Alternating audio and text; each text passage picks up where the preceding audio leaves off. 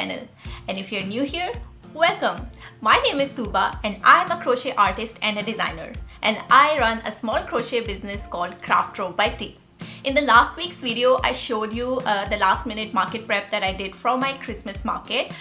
We did a mock setup and some inventory organization and stuff. So this week's video is in continuation of that video, and today we will be doing a market recap of the market. I will review what my best sellers were, how the market went, if I'll be returning to the market, and all of that stuff. So I'm sure you'll love it, so stick around. So as I mentioned in my last video, I did try to record some of the footage of the market and my market interactions with the customers and stuff, but most of this vlog will be me sitting down and talking to you, and you will see why that is as we progress in the video.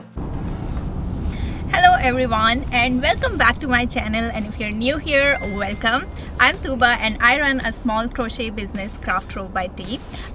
So today is the market day and we are on our way to the market.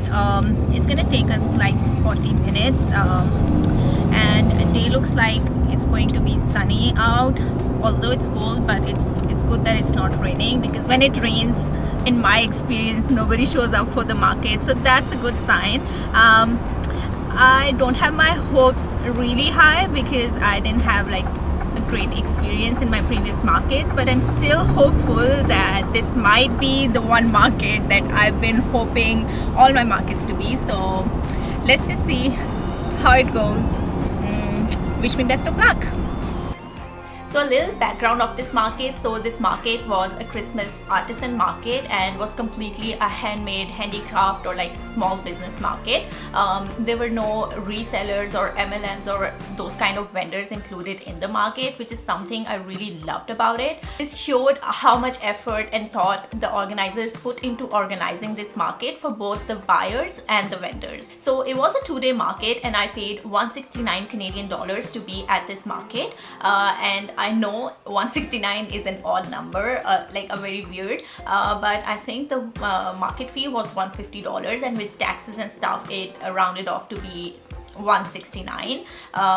So that was that, and I was assigned a 6 feet by 5 feet space. We did discuss this in my previous video as well, and it was the smallest option available, and it was still expensive compared to all the markets that I did this year. Also, this was my biggest market yet, like my first ever 2-day market, and it was an indoors market, which meant that I didn't have to bring my tent along, and that is always a huge win. So the market was a 40-minute drive from my home, and the market timings were 10 a.m. to 4 p.m. and the setup timings were 8:30 to 10 a.m.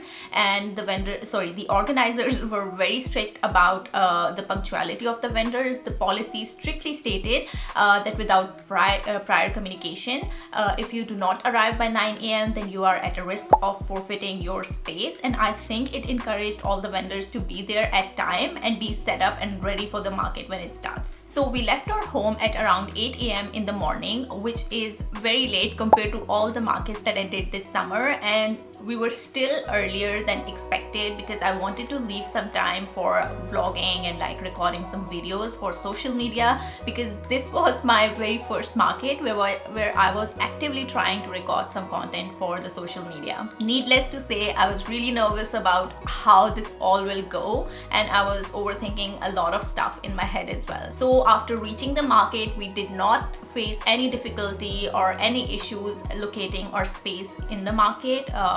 As soon as we entered from the doors that were allotted for the vendors to enter from, we found all of the information displayed in plain sight for everyone to view, and we didn't have any issues about that.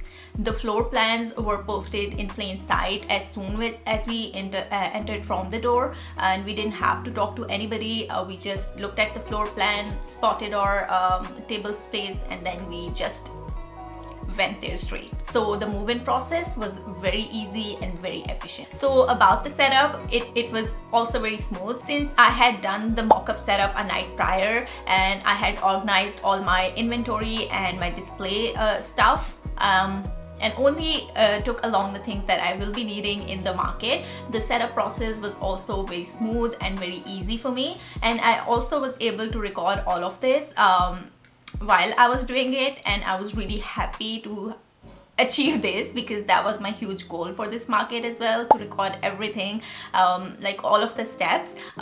So I was really happy, and my husband, he is always there at the markets with me, and he helps me make all of those display things, the racks and the like everything. And I'm the one who puts all of the stuff in their places, because that is something I do, like it's all in my head. He just helps me set up the tables and make all the displays for me.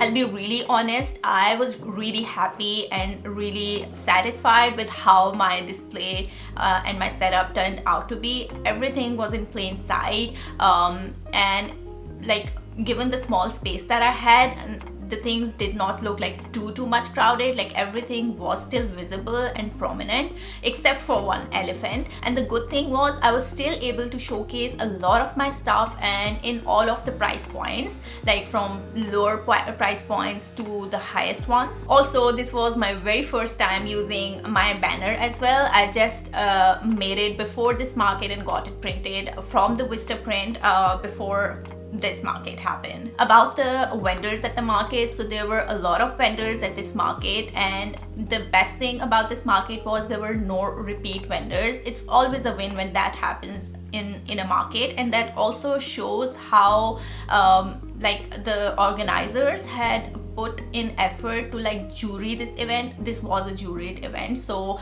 I really appreciate how much time and effort and energy they put into like selecting all of the vendors, because there were other crochet vendors in this event as well, but the products that they were displaying were significantly different from the other vendors. For example, I was selling mostly amigurumi and plushies, and then I had some smaller stuff like baby beanies and like adult beanies, all of the stuff that you've seen in my previous video. And if you haven't seen that video, I'll plug it in here somewhere and you can go watch it.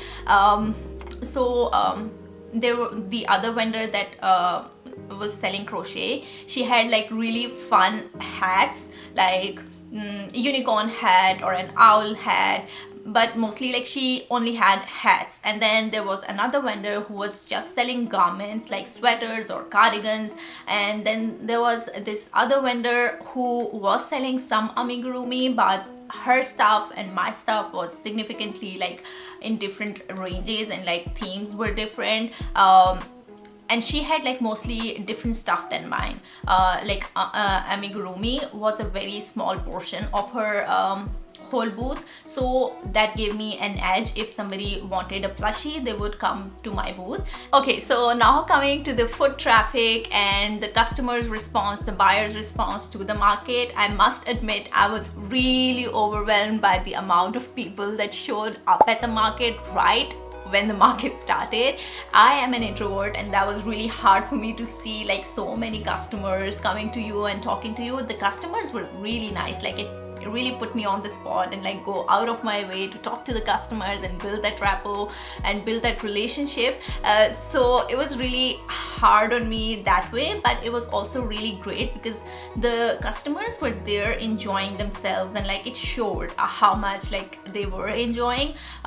So the customers were stopping to chat with the vendors, and like they were there to buy stuff. Like I didn't see a customer just coming there and like not buying anything. They were buying stuff, and like they were taking at least 2 rounds of the market, first for the survey and the second one to like pick up the things that they thought they liked and wanted to buy. So it was really nice experience, I must admit. And I really love the fact that the customers kept returning to my table even after surveying the market. That showed how much they loved my products, and I felt really proud. Organizers were also taking rounds during the market to ensure that things were flowing smoothly and the customers were not having any issues and vendors were not having any issues.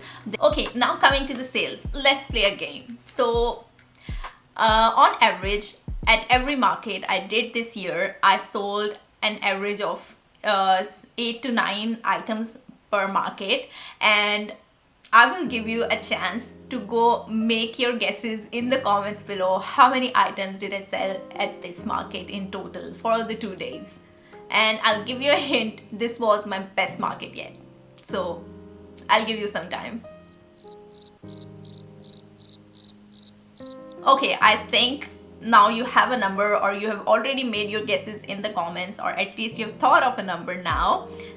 I sold a total of 43 items in this market, which is crazy insane in my opinion.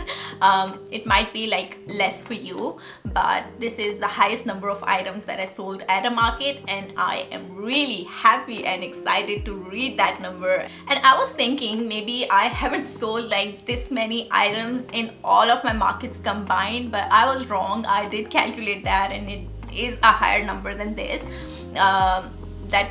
That was an exaggeration on my part, but still this is a very high number for me, and I'm really happy to see that number. And also I did sell 2 of my high ticket items in this market, and I was really excited when those sales were made. I wasn't hoping, considering my experience with in my previous markets. I was really happy to see them go to their forever homes. So in the order of sales, I will tell you what I sold at this market.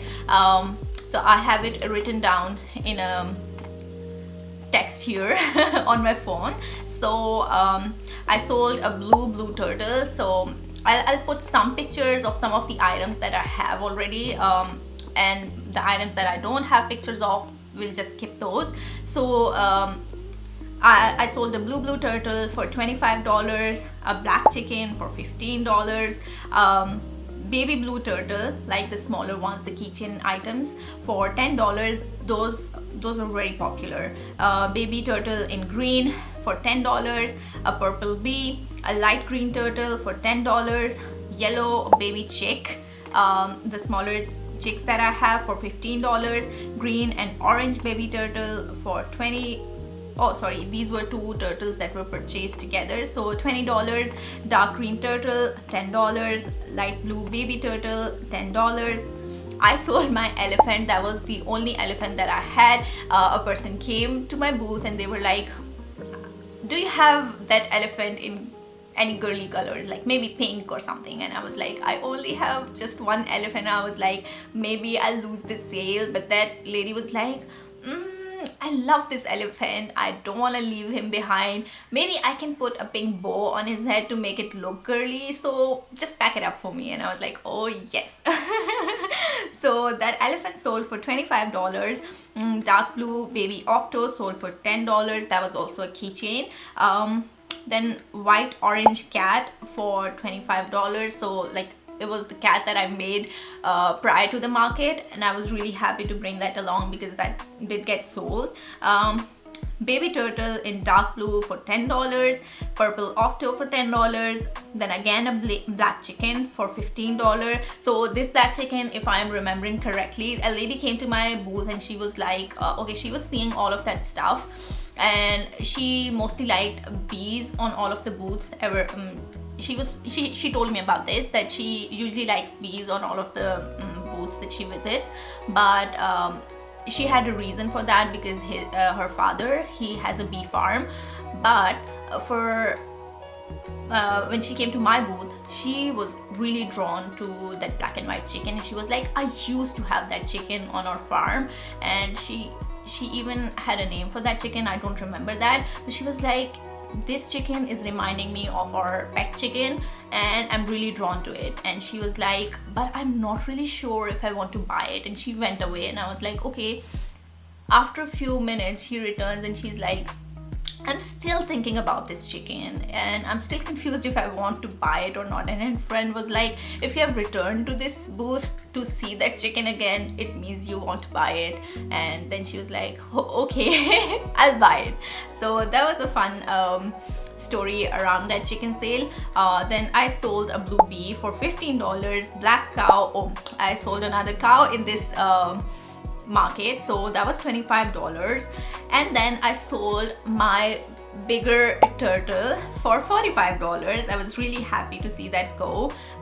It was purchased by an old lady, I think for her grandchildren. She told me about it and she was really polite. She came to my booth and she looked at the stuff and she touched this turtle and she was totally smitten by it, and she just picked it up and was like, I only want this.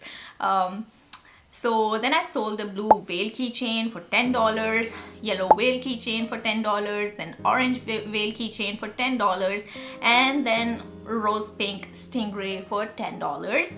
That was all for the Saturday sales, and on Saturday I sold a total of $380 worth of stuff. So on day one, by 12 p.m. I had already made back my booth fee, which was really high compared to all of the markets, as I already told, and I was really excited. I didn't go into the market hoping that I will be able to make that booth fee back because of the experiences that I had in my previous markets, and I was really nervous because it was really high for me.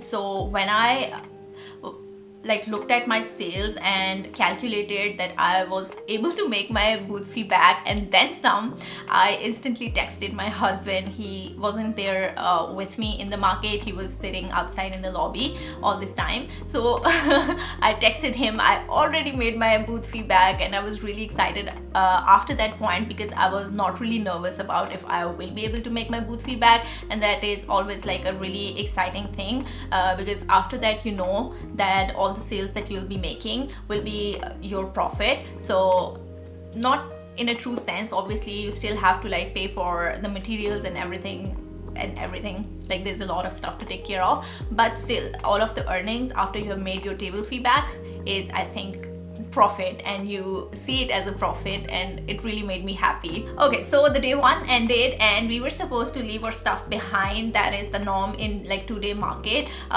You leave your stuff behind and come back and resume the market right where you left off the previous day, and we were supposed to do that for this market as well. But I was somehow operating in the autopilot mode, and I just sprung into action and I started packing, and within 10-15 minutes I was all packed and ready to leave when the organizers, they walked into the hall to take a round or something, and they saw me all packed and stuff, and they thought to themselves, they were confused. Obviously they were confused, why am I leaving? They were like, maybe I'm not showing up for day 2, and they asked me, are you not coming tomorrow? And I was like, no, I am coming back tomorrow. And they were like, then why did you pack? And I was like, I didn't have any answer. I was confused as well. And then I realized I was supposed to leave my stuff behind, but then I was all packed and was leaving already, and they were like, you can still leave your stuff behind here, tables are hard to carry and stuff. And I don't know what happened to me. I'm still confused why I was behaving that way, and it might have come off as rude or I don't know what was happening with me, but I still told them, no, it's okay, I will take my stuff along and I'll come back tomorrow. And they were like, okay, we'll be here at 9 a.m. tomorrow, so no worries, you can come and set it up again. But surely I did get some stares from the organizers and from all of the other vendors at the market, and even my husband was confused as well. He was like, why did you pack up everything? Why did you do that? And I was like, I don't have any idea. I still to this day don't have any clue why I did that. Maybe I was high on the market, whatever, but I did that, and I don't know. You tell me. Has this ever happened to you? Did you behave like a jerk? Maybe, I don't know. It must have caused some tension or confusion, which I did sense, but okay, stuff happens, let's move on. So anyways, this meant that we had to arrive earlier the next day as well and set up everything from scratch, and that is what we did the next day, the next morning, when all of the vendors were arriving 15-20 minutes before the market started. We were there sharp at 9, ready to set up. So the market day started strong yet again. Like in the first hour there were a lot of vendors, there were a lot of customers that showed up, but then this day was supposed to be like the first of winter rainy days, and it rained really heavily throughout the day, and that slowed the market down. It was not as much crowded as it was on day one. On day one I barely got a chance to like have my lunch, and all I had for lunch was a granola bar, because that is all I could like squeeze in between my sales and like my customer interactions and stuff. People were coming to my booth like every minute and wanting to like interact with me or asking questions, so all I could squeeze in was a granola bar that I could take a bite of like in between customer interactions and stuff. So for the second day we did get some like quiet times. I was able to sit down and chat with people like on the phone, like maybe respond to some messages and stuff. I was also able to have my lunch, and then like I was able to play some games. It was that much slow on second day, and I was really worried that I might not make sales, but I was really surprised to see how much I made on day two. So on day two I was able to make a 355 Canadian dollars, and this is what I sold on day two. So I sold a velvet chicken. So this is essentially the same chicken pattern that I use for my smaller chickens that I sell for like $15, but this is in jumbo size yarn, like size 7 yarn, and it comes out like really big and like really squishy and really fat. So it's a really chubby and really cute chicken. So I sold that for $25. Then I sold a chick and a stingray for $25. Then a green stingray and a purple octo for $20. Then another blue turtle sold for $25, so which means that I have to make a blue turtle variation again. Then a purple penguin sold for $30, and penguins are like a hit and a miss. Like people do see their prices and put them down, but there are like one-off customers who would come in and like buy the penguin for $30, but I am still thinking I might price them down for future markets to maybe $25.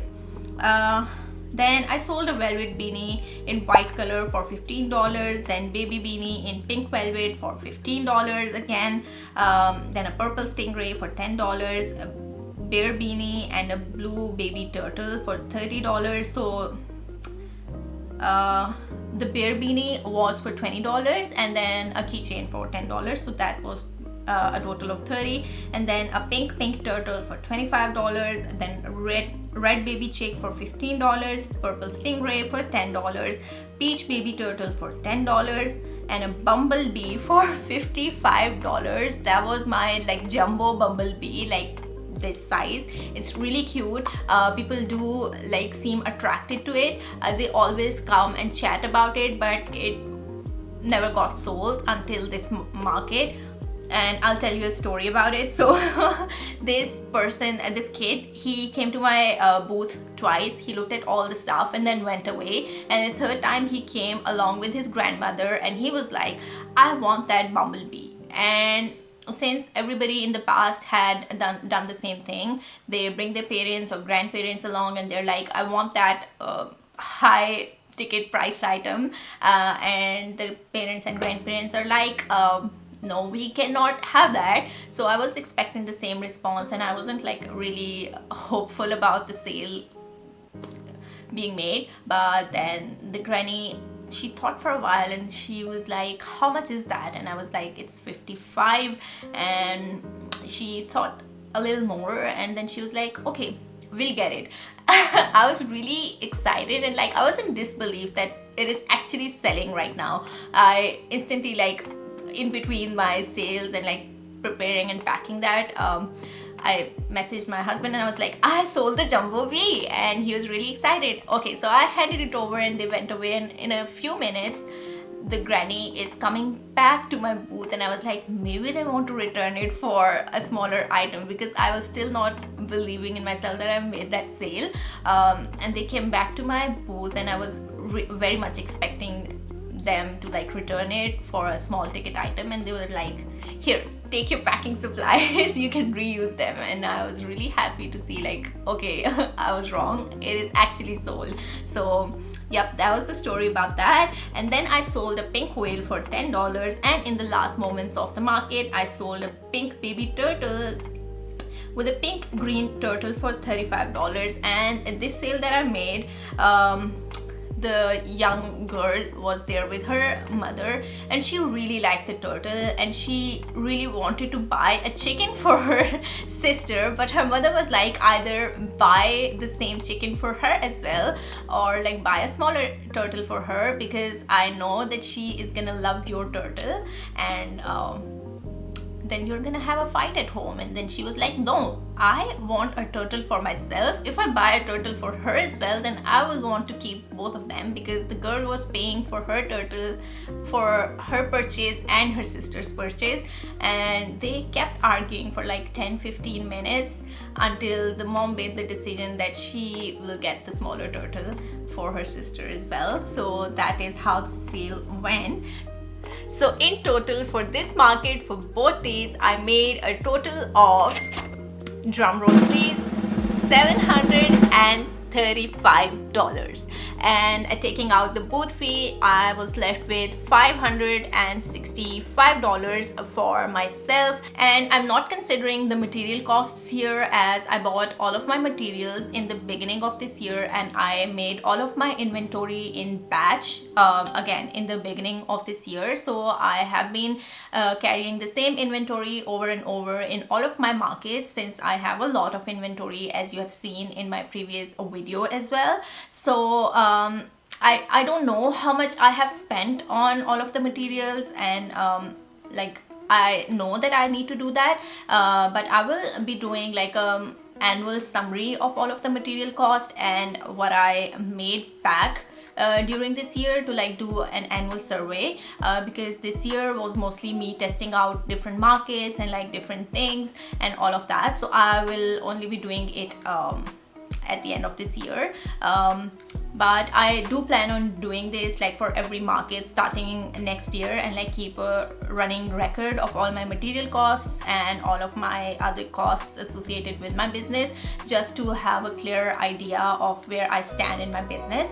So going into the next year, I want to be organized, and so I will do that, and to keep myself accountable, I will definitely make a video around that. So we do it together. This will give you a motivation as well to do a survey of your business for this year as well. And yes, okay, so some insights that I want to share about this market regarding my inventory and my items and stuff like that.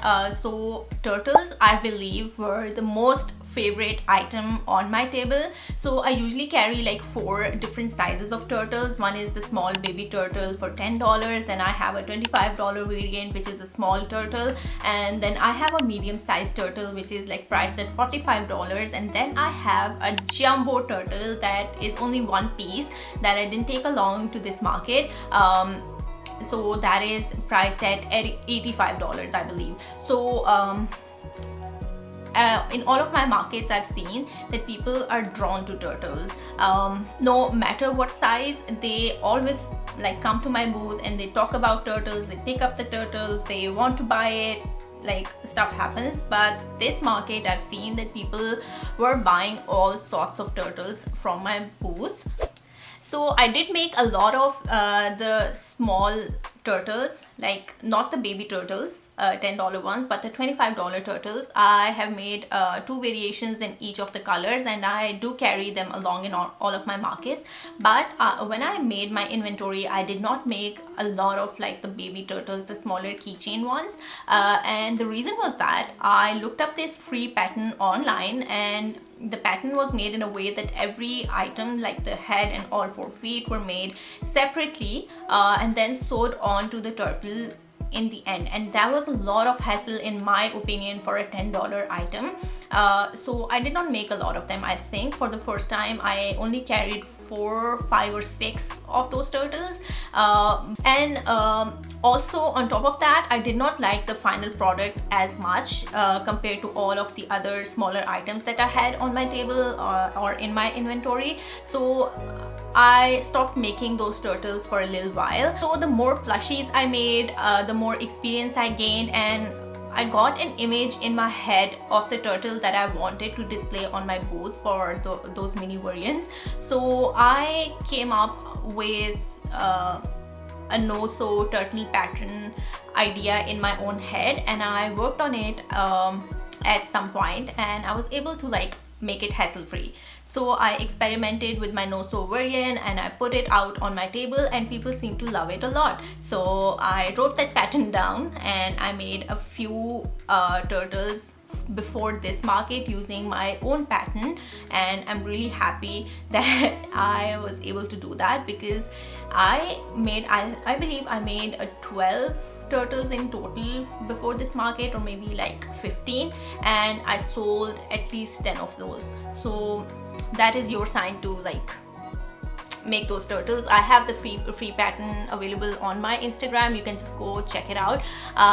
What I will do is that I'll pin it on top of my Instagram grid, so it is easily available, like it is easily visible for you. So another insight that I would like to share is that people seem to find stingrays very unique and a cute item. They do pick it up, but they don't find them like cute enough to purchase them, although they are like $10. But compared to like turtles, when they see the turtles, they are inclined more towards the turtles than the stingrays, and mostly like they will pick up the turtle compared to the stingray. So I do have like enough stingrays for now. I'm not planning to make them again because they don't sell as much. Loaf cats are a famous item for a lot of people that I've seen online in the crochet community, but for some reason on my booth people don't seem to notice them.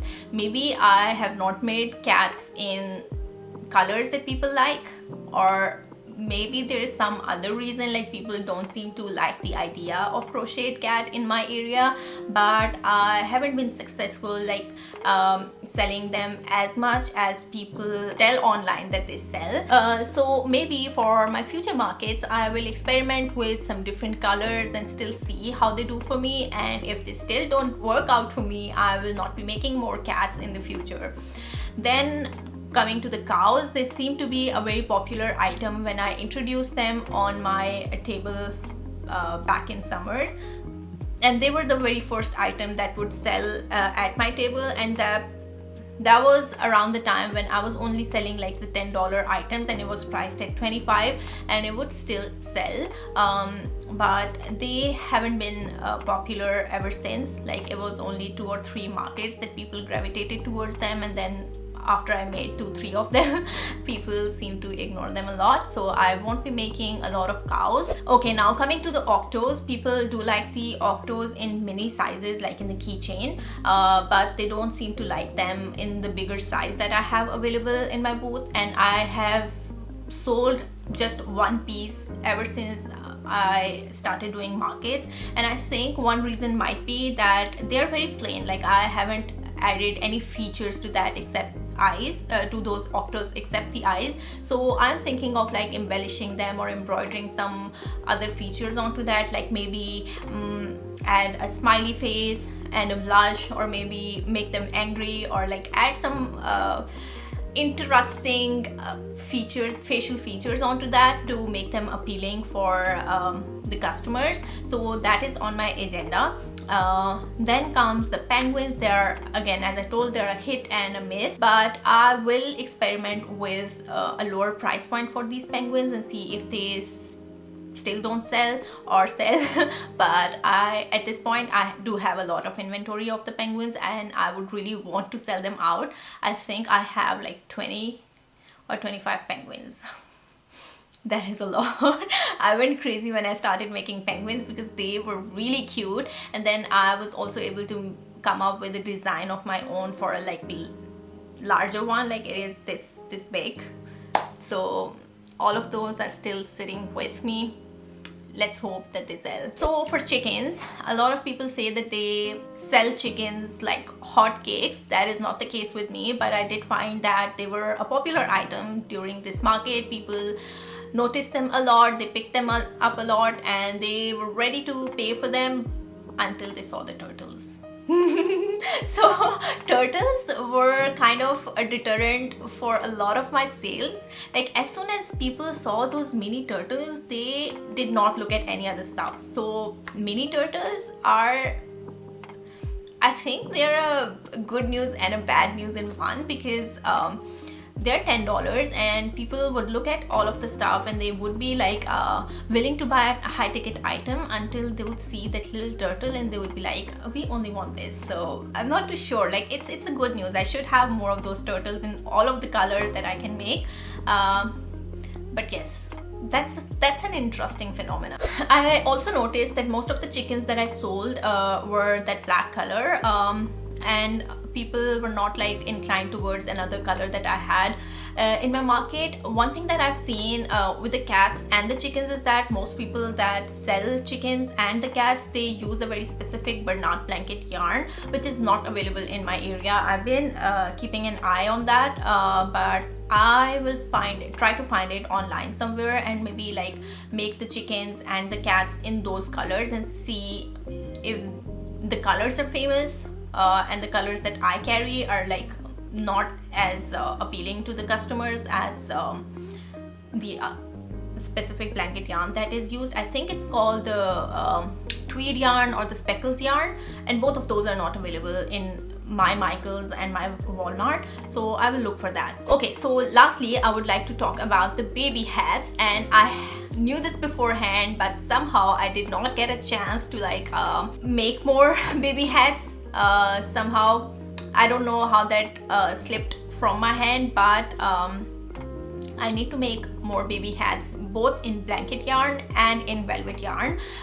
So the baby hats that I carried this time around were the bear hats. That is a free pattern available online. I will put the link in the description box. There is a YouTube tutorial available as well, and they're very easy and quick to make. Like I can make all 4 sizes in an hour, and I think with one ball of yarn you can make I think you can make 6 of those, like 2 newborn sizes, 2 of the toddler sizes, and then 1 each of the sizes in between. So I did make those, and I already made them in gray and blue after this market, but I still need to make more. I have bought this really pretty light pink yarn for the girls, and yes, I will be making more of those bear hats because people seem to like them a lot. They're very soft to touch and they're very adorable. Like people love to see them. So there were a lot of people who were coming to my booth and asking about if I had them available in any other colors, and unfortunately I didn't have. And I believe if I did have them in more colors, I would have made more sales that day. So that is a lesson learned, and I'm working on it already. So velvet beanies, they were also very famous, and I only had available in pink and white color, and I only had just 1 size available, and they did get sold. If I had them available in more colors and sizes, I'm pretty sure I would have sold them as well. So I am working on that. It's just that I find working with velvet yarn is a bit tricky for me at this point, but I'm getting a hang of it. And yes, I think that is all for the market recap, and I believe at this point it goes without saying that I will definitely be returning to this market next year as well. And they have a website where they advertise all of their upcoming events, and I'm already keeping an eye out for their 2025 events because they do like 7 to 8 events in their area. Like they have 2 major areas, one in Burlington and one in Ancaster, that they do their events in, and all of their events happen in both of these cities like within close space of time. For example, the Burlington event that happened on November 9th and 10th, and then they had the Ancaster event that is happening this weekend, like 24th and 25th when I'm filming this video. I know it's long due. So yes, I did not know about these markets before I applied for their Christmas market, and since I didn't have any idea of how this event will go, and I was not having good experience in all of my other markets, I was very skeptical paying $170 for a market. So I only booked one event with them just to like test the waters before I jump in. So yes, I'm happy that I had a good experience and I found a good market after all of the markets that I did this year. I can't tell you. And one thing that I would like to add is that I believe that $170 that they're charging for this event is a fair price in my opinion. After what I've experienced during this market, they had a very good communication throughout their process. Like they did mention that we will be communicating by this time before the market, you can expect the update around this time or stuff like that, and they really did communicate on those dates. And they had done quite a lot of marketing as well. They had put like their banners and their advertisements on the local buses there in the area, and they were encouraging people to snap pictures with them with the buses, or like snap the picture of the bus if they see that, or take a selfie with the bus and like submit it on the Instagram, and they were giving away prizes for that as well. So I think that encouraged people to participate in the event more and created a hype around that event as well.